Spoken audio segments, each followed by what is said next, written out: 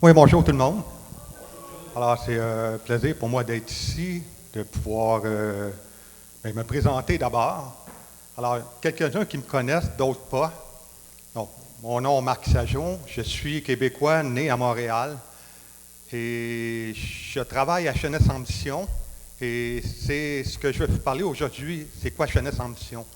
Je suis marié depuis presque 30 ans bientôt, donc ça va faire 30 ans l'année prochaine qu'on est mariés. On a trois enfants qui sont dans la vingtaine à l'université, tous les trois. Puis on est comblés. Jésus est bon, Dieu est bon, on est comblés par lui. Et donc, Jeunesse en mission. On va commencer avec la première photo.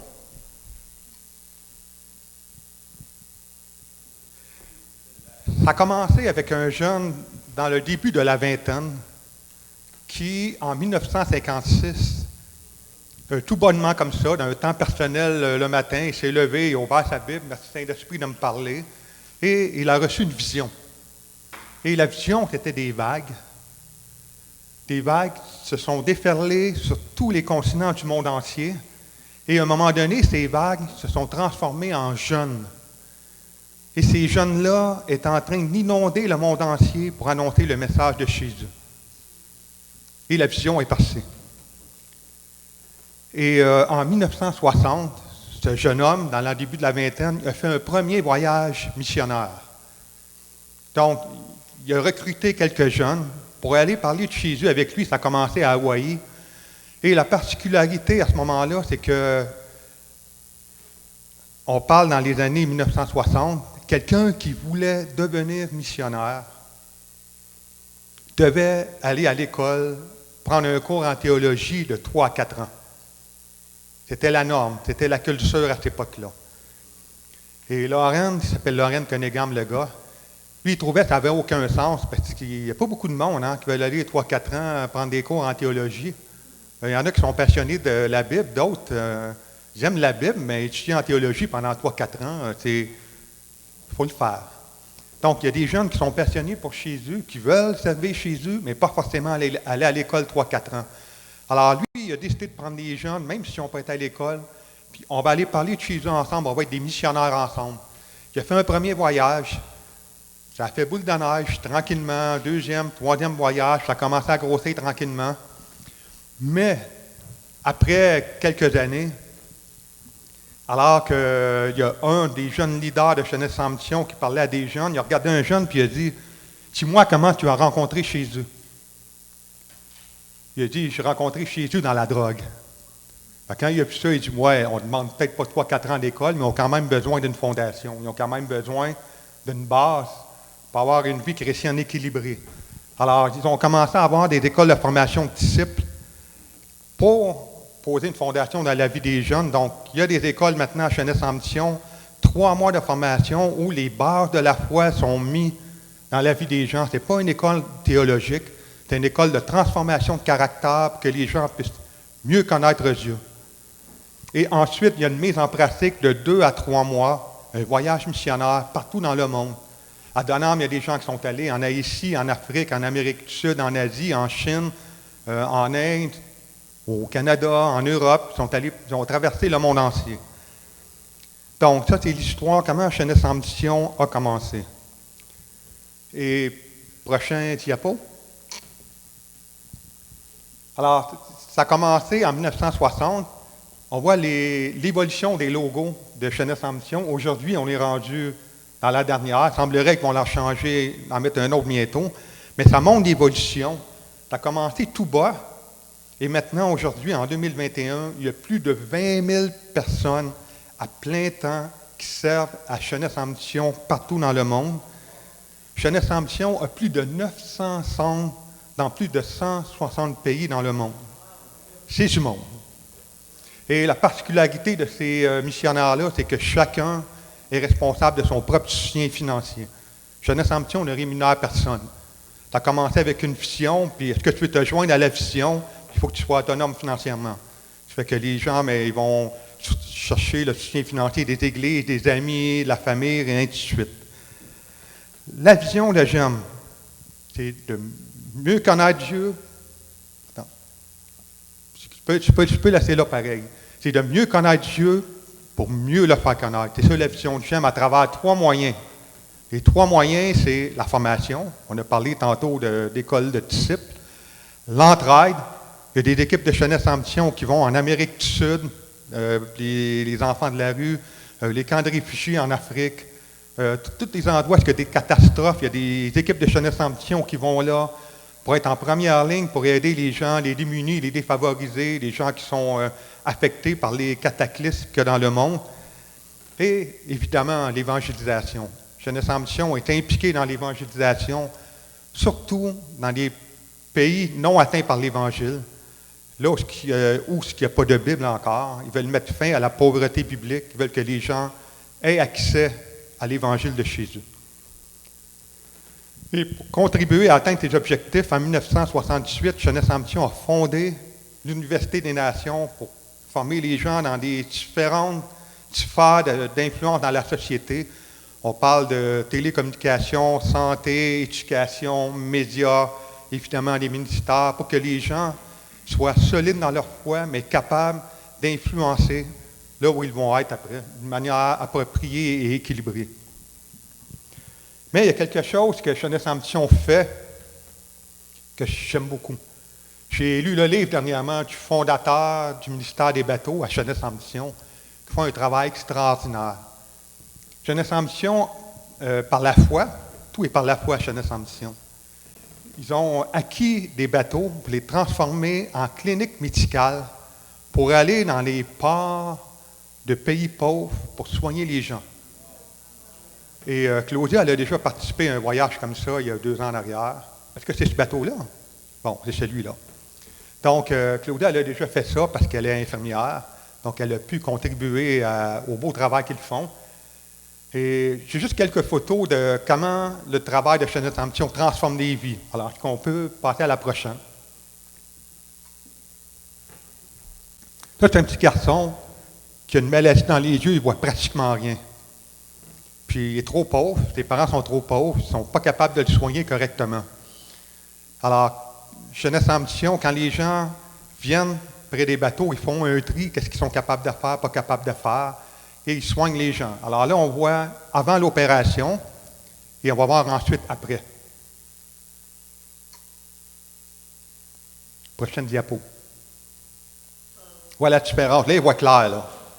On voit comment son visage vient de changer. Il voit clair pour la première fois de sa vie. Prochaine photo. Ça, c'est un enfant, un garçon qui est né avec les jambes croches. Ses parents sont trop pauvres pour le soigner correctement. Prochaine photo. Là, après son rétablissement, on voit qu'il est content, il est de bonne humeur. Il marche droit. Prochaine photo.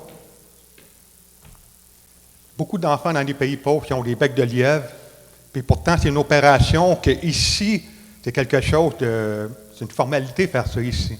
Mais dans des pays, ils ne sont pas capables de faire ça. Prochaine photo.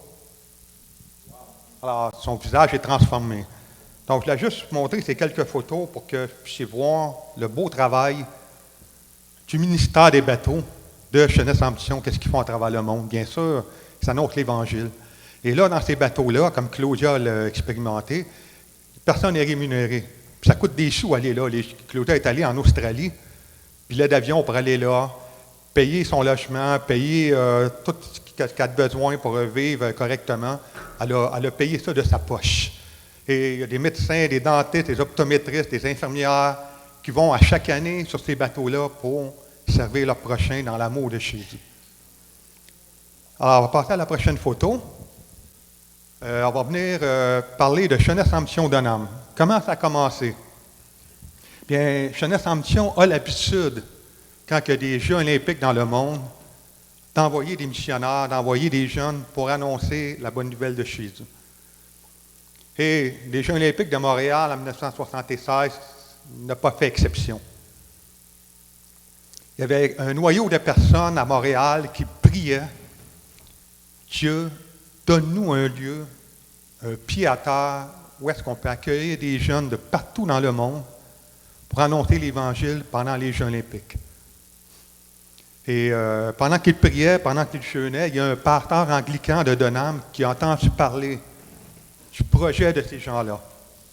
Et il les a appelés, puis il leur a dit, « Hey, à Dunham, il y a une grande école abandonnée depuis 2 ans, mais je pense que ça pourrait être bon pour vous. » Alors, ils sont venus visiter cette école. Et est-ce que je peux mettre la prochaine photo? Vous allez voir la façade du bâtiment. C'est un gros bâtiment, mais il y a un autre bâtiment derrière, puis un gymnase à côté. Donc, c'est une ancienne école pour jeunes filles, une ancienne école privée. Et quand Jeunesse en Mission a vu ça, ils ont dit, on la jette, mais il n'y avait pas d'argent. Et vous savez, quand on va à la caisse, à la banque, pour acheter un bâtiment, ça prend une mise de fonds. Eux, ils n'avaient pas de mise de fonds, ils sont allés voir le gérant de la caisse, ils ont dit, on va acheter le bâtiment. Le gérant de la caisse a sorti les papiers, il les a signés.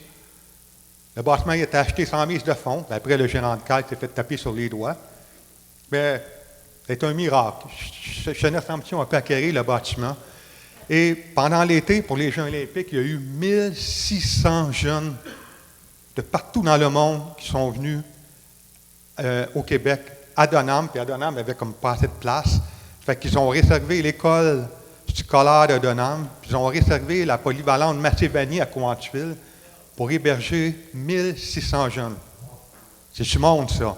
Moi, je n'étais pas là à l'époque, je n'étais pas à Jeunesse en Mission. Je ne sais pas comment ils ont fait pour organiser ça, mais c'était du boulot. Puis qu'est-ce qu'ils ont fait, c'est qu'à chaque jour, pendant les Jeux olympiques, 800 jeunes partaient en autobus. Imaginez le nombre d'autobus que ça prenait. Ils partaient en autobus de Dunham, Coansville, à Montréal pour évangéliser, pendant que les 800 autres recevaient de la formation et ils préparaient les repas et tous les aspects pratiques. Le lendemain, ils alternaient.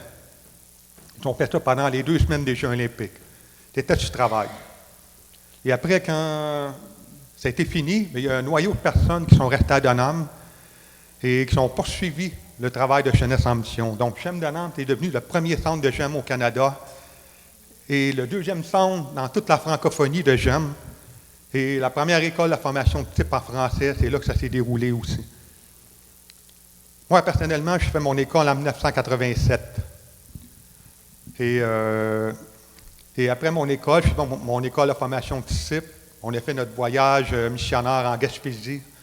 Et puis, après, je fais une école de relations d'aide. Puis après, je suis parti à Montréal. Il y avait une petite équipe de Jeunesse en Mission à Montréal. J'étais allé là pendant 2 ans. Et ensuite, je suis revenu pour faire partie d'une équipe de mime qui s'appelle Anima. Mets la prochaine photo, s'il te plaît.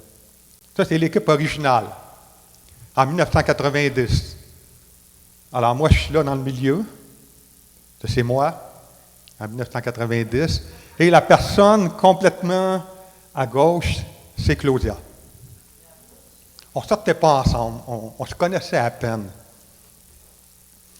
Et la vision de Anima, c'est un ministère qui a marqué l'époque.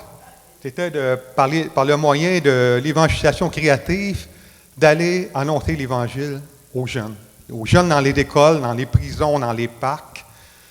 Et moi, j'ai resté dans ce ministère-là pendant 4 ans. Et la 3e année dans ce ministère-là, pendant 1 année, 5000 personnes ont entendu l'Évangile. Dans les écoles, prisons, les parcs, les groupes de jeunes, 5000 personnes. On annonçait l'Évangile de manière claire. Et ça a vraiment eu un impact. Prochaine photo. Alors, ça, c'est moi en train de faire le rôle du méchant. J'étais en train de faire du mal à Jésus, mais c'était un personnage. Et j'ai déjà eu le rôle, juste avant, une petite anecdote. Avant d'avoir ce rôle-là, j'avais le rôle du macho dans la pièce. Claudia faisait l'humaine. Et l'humaine, donc, l'humaine qui a été créée par Dieu, et puis elle fait face à des tentations, puis finalement, bien, elle est perdue, puis elle a besoin de Jésus. Moi, mon rôle, c'était de draguer Claudia. C'était mon rôle. Puis il faut croire que ça a marché, parce que 2 ans après, on s'est mariés.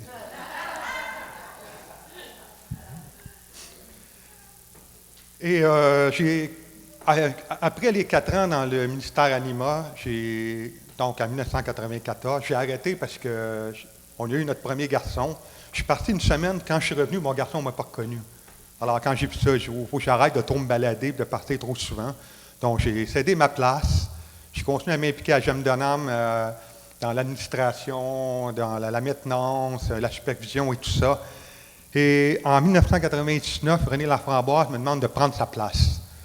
Et pour vous dire, ça n'a pas été une décision facile, parce que ceux qui connaissent M. Laframboise, c'est un homme qui a une prestance, qui a une certaine carrure.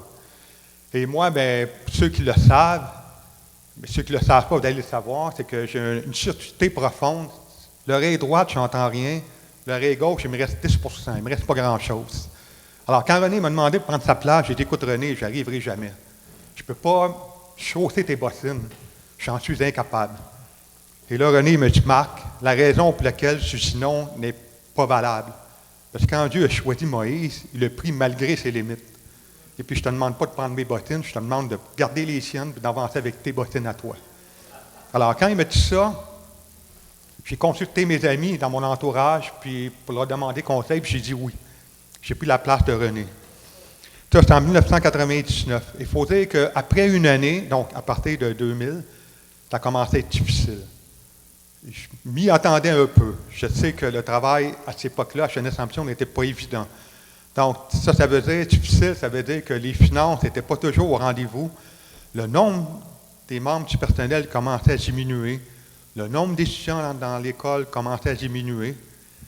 Et puis, en 2002-2003, on avait la pression du gouvernement de dire « Hey, vos fosses septiques, vos champs d'épuration sont désuets.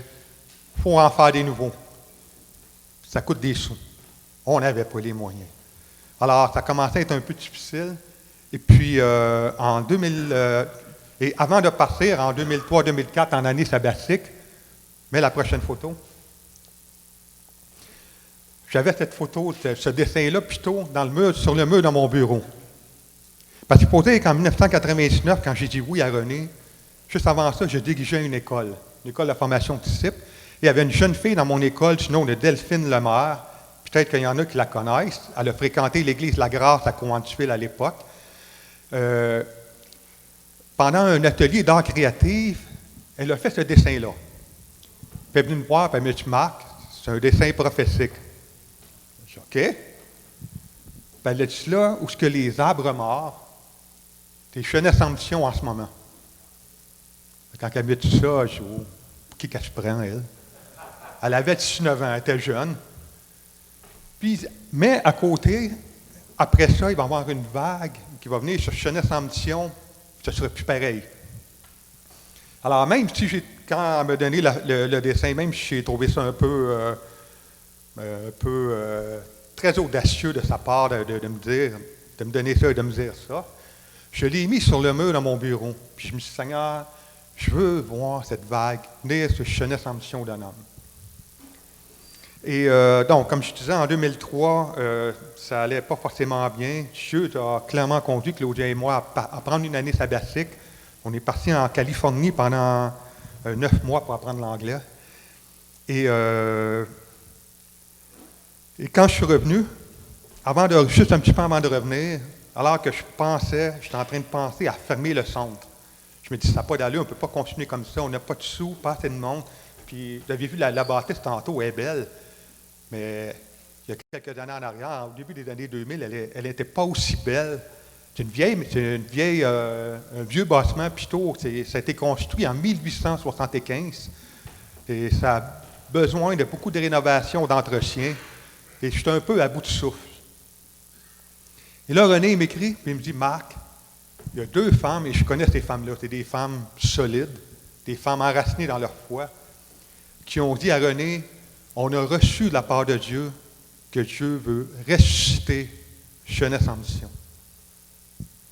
Il me dit ça avant que je revienne de mon année sabbatique, alors que je pensais peut-être fermer le centre. Alors, je garde ça en arrière de la tête. J'arrive à Dunham, je suis toujours encore en sabbatique, et il y a une dame, il y avait une conférence de Cheney-Sampson dans l'Ouest du Canada, qu'elle a reçue pour J'aime Dunham, que Dieu veut reconstruire J'aime Dunham. Alors là, quand j'ai appris ça, j'ai dit, bon, je pense que Dieu est en train de nous dire quelque chose. Ce n'est pas le moment de fermer. Je savais que le prix à payer serait élevé, mais on a décidé de garder le centre ouvert. Alors, on a gardé le centre ouvert. Et puis, il faut dire qu'en 2004, il y a un jeune couple qui sont venus se joindre à nous, qui avait plein de potentiel, ce qui m'encourageait beaucoup. Et là, on avait à nos trousses le ministère de l'Environnement qui disait « Hey, faites de quoi avec vos fosses septiques, vos champs d'épuration, vous ne pouvez pas continuer comme ça. » Et en 2006, on a reçu une lettre d'eux pour nous dire, parce que nous, on échirait la sauce, là, on essayait de gagner du temps, on ne savait pas quoi faire. En 2006, à la fin de l'été 2006, ils nous envoient une lettre pour dire « Hey, à la fin de l'année, si vous ne présentez pas un plan clair pour procéder, faire quelque chose, à la fin de l'année, on procède. » Pour moi, c'est ça que ça voulait dire, à la fin de l'année, on ferme. C'est ça que ça voulait dire en 2006. Alors là, nous, bien, Seigneur, si ce tableau-là est vrai, fait quelque chose. Et là, il y a un homme d'affaires américain qui entend parler de nous, qui vient faire un tour. Et là, il arrive sur le centre, puis là, il voit le bâtiment, il voit le potentiel, mais il voit tout ce qu'il y a à faire comme rénovation. C'est des centaines de milliers de dollars de rénovation. Puis là, il me demande, Marc, je suis un anglophone. Je dis, Marc, combien de membres du personnel êtes-vous en ce moment? Je dis, on est 7. C'est grand, ça, là. On est 7. Lui, il est habitué à des centres de jeunesse en mission à Hawaï. Ils sont 200, 300. Des gros centres qu'il y a dans le monde. Nous, on est 7. Fait que là, il me regarde une drôle de tête. Puis, c'est combien d'étudiants qu'il y a eu dans votre dernière école? 5. Il regarde la maison. Écoute, je suis venu faire un tour pour évaluer votre état, mais je ne suis pas sûr si je vais vous aider, moi, là. Ça. Fait que, il rentre chez lui. Le lendemain, on le rencontre de nouveau avec René Laframboise. René essaie de se parler à son tour. Puis tu vois que le gars, il n'a pas de conviction. On est vraiment pas dans ses paramètres où il peut nous aider. Alors, on s'approche de la fin de la rencontre, puis là, en désespoir de cause, je montre le tableau sur le mur. Je montre le tableau, puis j'explique. Il faut dire que quelques années avant, Delphine Lamère est décédée dans un accident de voiture en Afrique. C'est elle qui a fait ce dessin-là. Elle est en train de servir jeunesse en mission en Afrique. Elle a pris un cours pour aider les femmes à accoucher de leurs enfants. Parce qu'il y a des endroits pauvres où ils ne peuvent pas aller à l'hôpital. Puis elle a été formée pour ça. Puis elle est décédée dans un accident de voiture. Elle avait 23-24 ans. Elle était vraiment jeune. Fait que le tableau a pris comme une autre perspective, une dimension différente après son décès. Alors, je montre ça, j'ai une fille qui est décédée maintenant, mais voilà ce qu'elle a fait. Puis voilà la promesse. Voilà ce qui s'en vient. Et là, j'étais en feu. Là, j'étais en train de parler vraiment du dessin, puis j'étais convaincu que Dieu va réciter la cendre. Voilà ce qu'il va faire. Je suis en train, pas de prêcher, là, mais j'avais une conviction. Et quand j'ai eu fini, il y avait du feu dans ses yeux, puis il a dit, je veux faire partie de la vague. Je vais vous aider. Je vais faire de quoi avec vous. Puis moi, je ne changerai pas vos champs d'épuration, vos fosses septiques. Dans 30 ans, ça va être le même problème qui va être là. Moi, je vous raccorde à l'égout de la ville. C'est ça que je vais faire. Bien, nous, où est-ce qu'on habite, sur la rue scolaire, il n'y a pas d'égout dans la rue. Puis on est à 1000 pieds de la rue principale. Là, il y a les égouts. Il y a 1000 pieds, c'est long, là. Moi, je vais le faire, le 1000 pieds. Je vous raccorde à l'égout de la ville. C'est la parouette. Il veut, le gars, il est motivé. Là. Il a changé un volte-face incroyable. C'est un miracle. Et il faut dire que si ça n'aurait pas été ce miracle-là, on n'existerait plus aujourd'hui, Jeunesse en mission d'Hollande. On était à l'article de la mort. On était en phase terminale. C'était ça notre situation.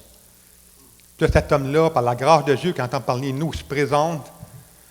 Puis, avec ce dessin-là, il y a une conviction qui vient du Saint-Esprit, puis je vais venir vous aider. Fait que l'année d'après, il est venu. Il est venu avec sa gang. Et peux-tu mettre la prochaine photo, s'il te plaît? Et là, à ce moment-là, on était plus 7, on est rendu 9. Yeah, un couple de plus. On est 9. Et on n'est pas une grosse équipe. Mais on voit que ces Américains s'apprêtent à se joindre à nous. Il y a tout un défi, parce que ils viennent au Québec. Là. Au Québec, il y a une façon spécifique de travailler, il y a des normes, il y a des règles qui sont différentes que les États-Unis. Puis là, bien, eux, ils viennent prendre la job des Québécois. Fait que ça a été très difficile de les faire venir, mais nous, notre argument, c'était, ils ne sont pas payés. Ils viennent bénévolement. Fait que juste le fait de dire qu'ils viennent bénévolement, mais les instances gouvernementaux étaient désarmées, parce que ben, c'est comme du jamais vu, là. Mais ça a été quand même difficile, instance après instance, d'avoir l'accord pour qu'ils puissent venir. La dernière instance, ils ont dit non. Et puis, ils ont changé d'idée peu avant que l'équipe vienne. Ils ont fait une erreur. Ils ont envoyé une lettre à Chanet Sampson pour dire oui, c'est beau, ils peuvent venir pour un travail, raccordement au d'égout de 100 pieds. Je dis ben non, c'est pas 100 pieds, c'était 1000 pieds. Donc, on fait quoi, là? Est-ce qu'on leur dit qu'il y a eu une erreur ou on ne dit pas, ça? On va être intègre, on va le dire. Fait on a envoyé un courriel, on dit merci beaucoup pour l'acceptation, on la prend. Mais juste un petit détail, il manque un zéro. Ça. On n'a jamais eu de nouvelles. Fait que là, l'équipe, ils arrivent aux douanes américaines. Et comme on s'en doutait un peu, ils ont de la misère à passer. Les Rangers américains avec les gros pick-up, le roussi en arrière du pick-up. Ils arrivent aux douanes, on s'en vient aider une mission, puis on travaille bénévolement, tout ça. Les douaniers ne voulaient rien savoir. Non, vous ne rentrez pas ici. Bien, il m'a emmené le responsable d'équipe, il a eu la brillante idée de montrer la feuille. Hey, regarde la feuille qu'ils ont fait à Chanet Sampson, c'est écrit, c'est 100 pieds. Entre moi et toi, 100 pieds, c'est quoi? Le douanier regarde ça, ben oui, 100 pieds, il n'y a rien là, tu peux rentrer. Ça a été une erreur administrative, mais qui a permis à l'équipe de franchir les douanes. Alors, ils ont commencé à travailler, et puis, il venait 6 jours, pas plus. Pas autant mauvais temps, nous, dans 6 jours, on retourne aux États-Unis. On a d'autres contrats qui nous attendent. On a 6 jours pour creuser autour du centre de Chanet Sampson, faire 1000 pieds, mettre les tuyaux, tout à boucher les trous. C'est chaud. Il ne faut pas qu'il pleuve. Fait que là, la première journée qui arrive, il pleut la première journée qui arrive. Si, ça commence mal, mais il arrive en fin de journée, il rentre il vient au centre de Chanet Sampson. Le lendemain, ils font la première journée d'ouvrage. Il fait beau. Puis là, pendant 6 jours, il y a eu toutes sortes de péripéties, je n'ai pas le temps de les raconter, mais il n'a pas tombé une goutte de pluie. La dernière journée, il est en train d'enterrer, parce que s'il pleut, ça devient de la boîte. Je ne peux pas travailler dans la boîte. La dernière journée, il est en train d'enterrer les trous. Ils avaient fini leur travail, puis il ne faisait pas beau, mais il ne pleuvait pas. C'était nuageux. Ils ont fait tout leur travail, puis quand ils ont éteint le tracteur, ils ont fini, il s'est mis à pleuvoir. Ça a été fini. Donc, ça a été un miracle. Vraiment, ça a été un miracle. Ça c'est le genre de travail qu'à cette époque-là, écoute, ça valait 100 000 $ comme job. Nous, on n'avait aucun sou. Eux, ils sont venus généreusement.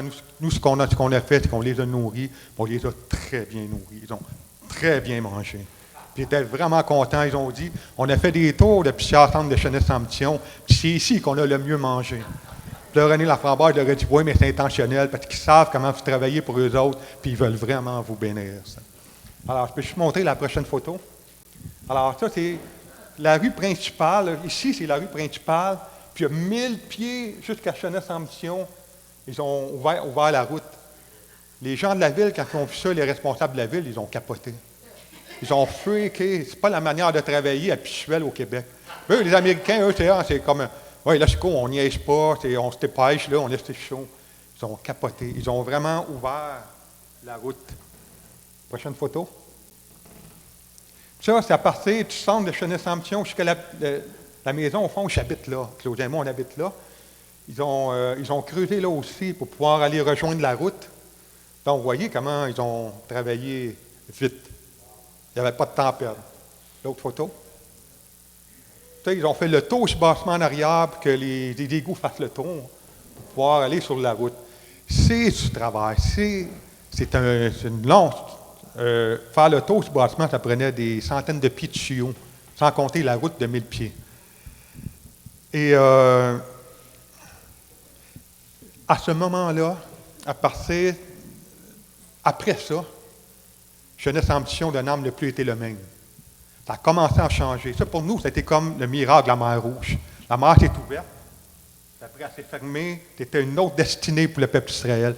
Il avait quitté un continent et rentré dans un autre continent. Ça, pour nous, ça a été la même chose. C'est comme si la mer s'est ouverte. Quand ça a été fermé, c'était comme le défi des égouts, c'est en arrière. C'est fini, on regarde en avant. Puis il a commencé à avoir de plus en plus de gens qui se joignaient à nous. On a commencé à avoir des visions pour d'autres écoles qui se sont ajoutées. Et on va montrer la prochaine photo. Ça, c'est il y a 2 ans en arrière. Ça, c'est les staffs et les étudiants. Il manque quelques personnes, mais pas beaucoup. Alors, je vous ai dit tantôt, en 2006, on était 7 membres du personnel, 5 étudiants. On était 12. Regardez, il y a 2 ans en arrière. Il y a beaucoup de monde. Puis, on le sait très bien que tout ce monde-là, le privilège qu'on a d'accueillir autant de monde, d'être une bénédiction, c'est une grâce de Dieu, parce qu'on est supposé d'être morts, nous autres. Puis là, je vais montré le dessin tantôt, qu'un jour, Dieu allait emmener une vague. Les paroles prophétiques que Dieu allait ressusciter Jeunesse Ambition d'un âme, et c'est en train de s'accomplir. Dieu a ressuscité Jeunesse Ambition. Et puis, il y a de plus en plus de monde qui se joignent à nous. À un point où, aujourd'hui, on est plus de 40 membres du personnel. On est passé de 7 à 40 membres du personnel. On a 2 écoles de formation de disciples. Une avec un volet compassion, justice sociale, puis un autre pour les artistes, arts et musique. On a une école intuitive de la Bible. On a 2 écoles de cinéma, donc une école pour comment faire des films, comment tourner des films, puis une école d'acting. Comment acter pour faire les films. On a une école de photo, on a une école de langue française, ceux qui veulent apprendre le français chez nous.